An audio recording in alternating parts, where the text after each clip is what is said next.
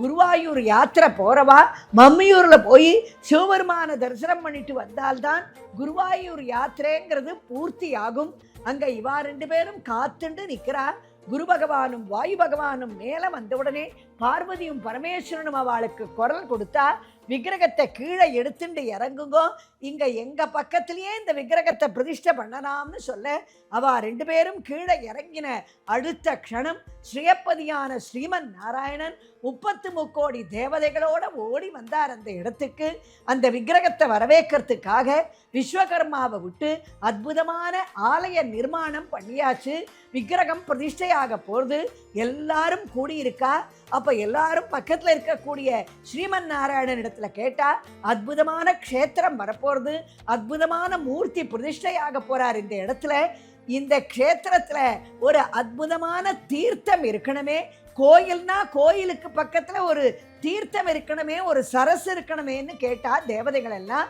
அப்ப ஸ்ரீயப்பதியான ஸ்ரீமன் நாராயணன் அந்த கோயிலை ஒட்டி அற்புதமான சரஸை சிருஷ்டி பண்ணினார். நாராயணனால சிருஷ்டி பண்ணப்பட்ட சரஸ்னால அதுக்கு நாராயண சரஸ்ன்னு பேர் வந்தது. குருவாயூர்ல இருக்கக்கூடிய அந்த நாராயண சரஸுக்கு தனியான ஒரு மகிமை உண்டு.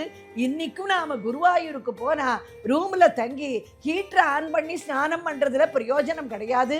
அந்த நாராயண சரஸ்ல போய் ஒரு தடவையாவது அமுங்கி ஸ்நானம் பண்ணணும். ஏன்னா கேரளாவில் ஒரு பெரிய நம்பிக்கை உண்டு, குழந்தைகளுக்கு ஏதான ஒரு 104 ஃபீவர் இருந்தா கூட அவ என்ன பண்ணுவா, நேரம் அந்த குழந்தைய எடுத்துன்னு வந்து நாராயண சரஸ்ல அப்படி குழந்தைய முக்கி மேலே எழுப்புவா.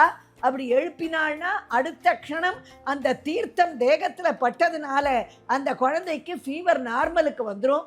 அப்படிப்பட்ட ஒரு புண்ணியமான தீர்த்தம் நாராயண சரஸ்ல இருக்கக்கூடிய தீர்த்தம்.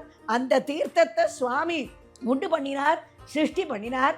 தேவதைகள்லாம் பிரார்த்தனை பண்ணா, இந்த க்ஷேத்திரத்துக்கு ஒரு நாமகரணம் பண்ணணுமே.